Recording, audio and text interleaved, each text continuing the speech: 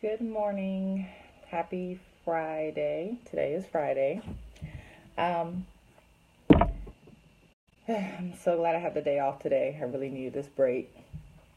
But unfortunately, because I had a flat tire in the parking lot at my job, I may have to go in and make up some hours that I missed yesterday. So that kind of sucks.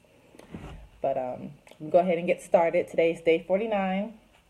And pretty much all this past couple of days, we talked about love. I talked about the foundation of love. I gave a brief overview of love last Saturday. Good morning, Kim. And then Sunday, I talked about the greatest commandment. I gave an overview of that. Monday, I talked about how to love God, which is through obedience. Tuesday was prayer. Wednesday, I talked about how to love yourself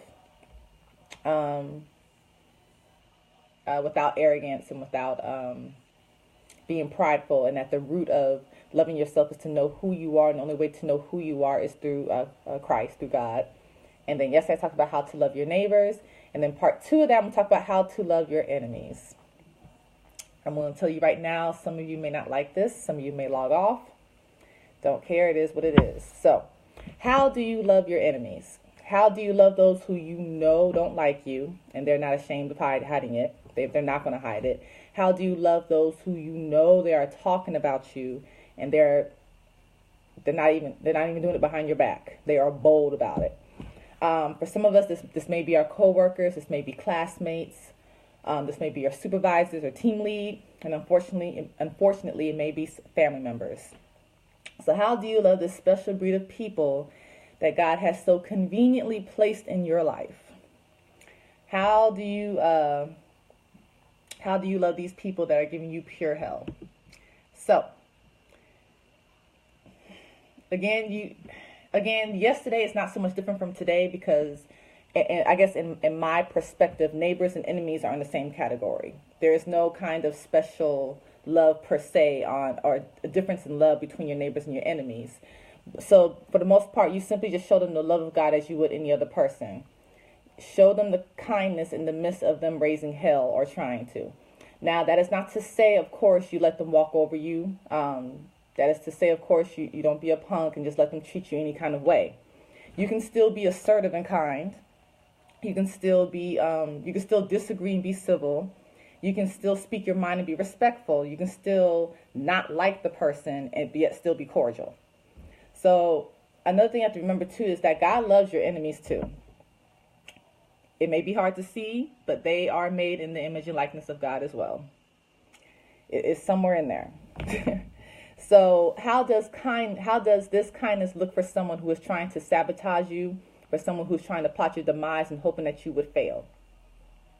Proverbs 25, starting at verse 21 and 22, it says, "If your enemies are hungry, give them food to eat. If they are thirsty, give them water to drink."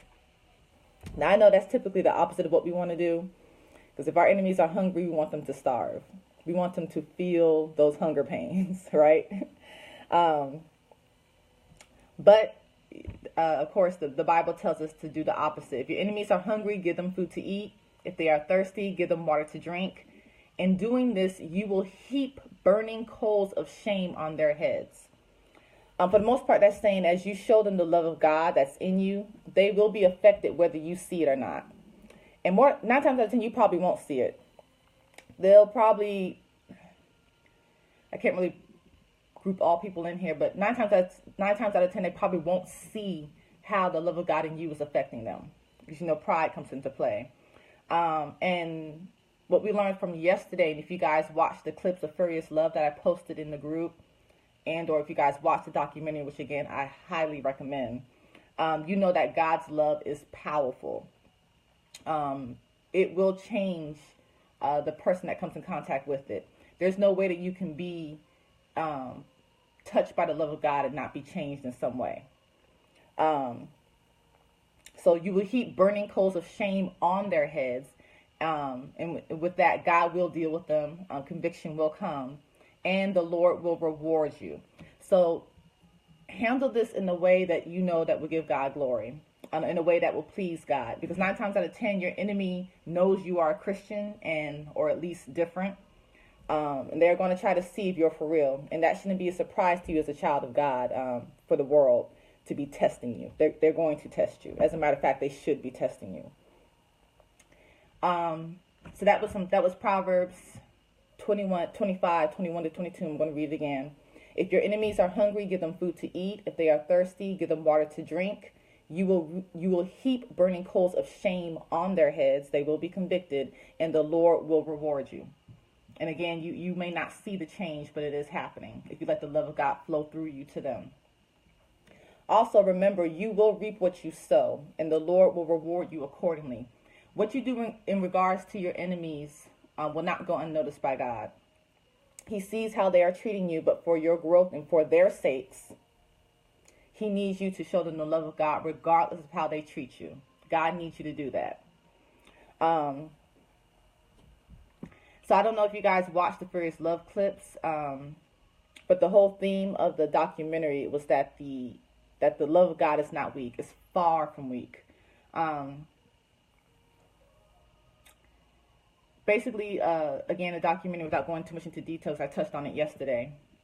I touched on it yesterday. It was that basically the love of God was able to defeat the forces of the darkest places on earth, like literal hell on earth.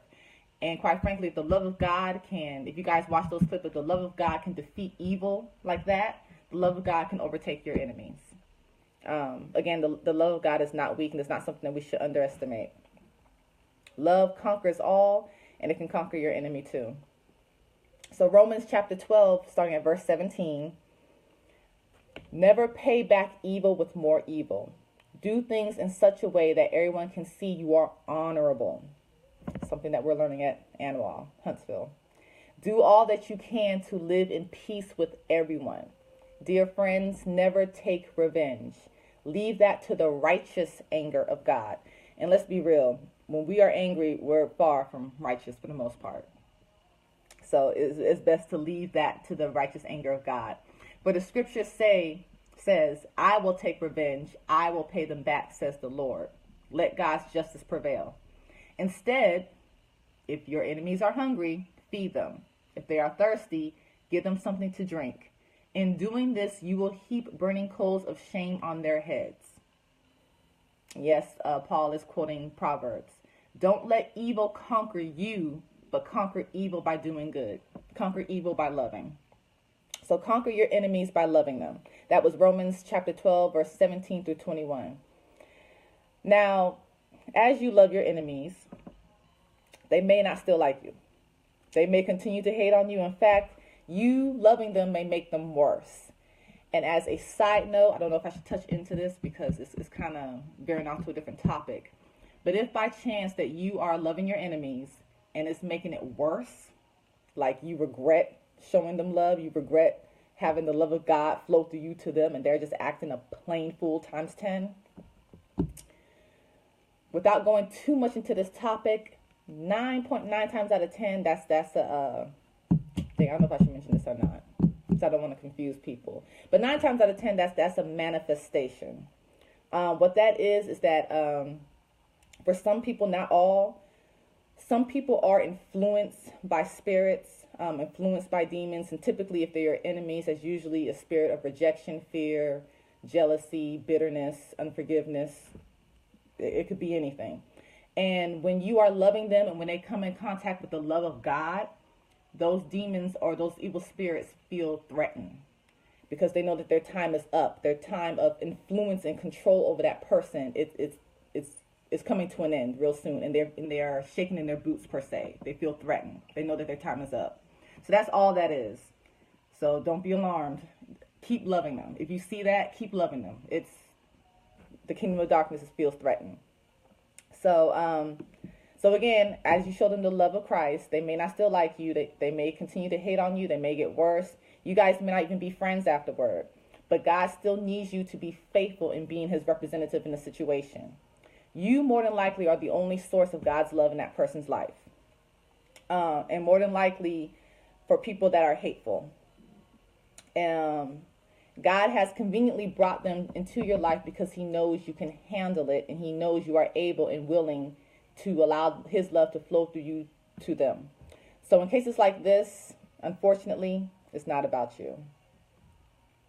It may very well be about them. So how do you love your enemies? Love is a sacrifice, right? Intercede for your enemies. Fast for your enemies. That's one recommendation. Yeah. Intercede for them, pray for them, fast for them. And again, I know this is not a popular message because we want to meet evil with evil. We want to meet pettiness with pettiness. We want to, we don't want to be nice to them. We don't want to love them. That's against our sinful nature. But God, look at it as in a way that you are an extension to God to them. They need, you may be the only source of God in their life. And God needs you to be available for your love to flow through you to them. So that is it. Intercede for your enemies, fast for them, pray for them. Yeah. And today is Fast Friday. So hopefully you guys are going to participate in your fast today. Again, look at last Friday's video for instructions on that. And again, I pretty much leave the details up between you and God. But for the most part, take some time to fast today. If you're a newbie to fasting, whether it be a meal, if you're, you off and on fast, do 6 to 6. If you already typically have a lifestyle of fasting, try to go the whole day. Pretty much push yourself to the next level in fasting. And while you're at it, pray and fast for your enemies. But that is it. Hopefully I did not push you guys away with this how to love your enemies. I know this is not a popular message, and just continue to show them the love of God. And as much as they are determined to get to you, you get to them through the love of God. You meet their evil with your good. You meet their evil with God's love. And I promise you, God notices all. He sees all. So that is it that I have for today. Tomorrow, I don't know what I'm speaking on yet, but I'm going to pray about that, and we'll see what God leads me to. So I hope you guys enjoy your 3-day weekend for some of you guys. If not, enjoy your day at work. And continue to love. See you guys tomorrow.